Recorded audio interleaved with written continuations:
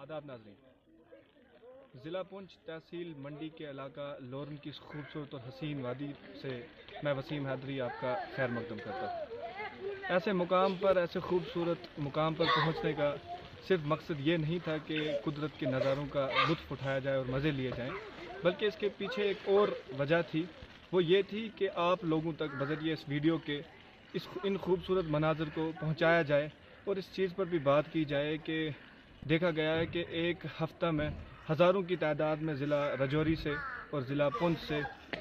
कुर्ब जवार के अलावा दूर दराज इलाकों से लोगों ने यहाँ पर पहुँच कर जो है कुदरत के नज़ारों का लुत्फ़ उठाया है और मज़े लिए हैं। लेकिन अगर हम बात करें टूरिज़म के हवाले से, तो टूरिज़म के तहत इस इलाका को कोई अहमियत नहीं दी गई है। यहाँ पे ऐसे इंतज़ामात नहीं किए गए हैं जिनसे लोग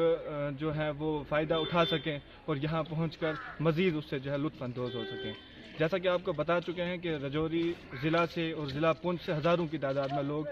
पहुँचे हैं इस हफ़्ता में, और आज भी यहाँ सैकड़ों की तादाद में लोग इस हसीन और खूबसूरत जगह का लुत्फ़ उठा रहे हैं। और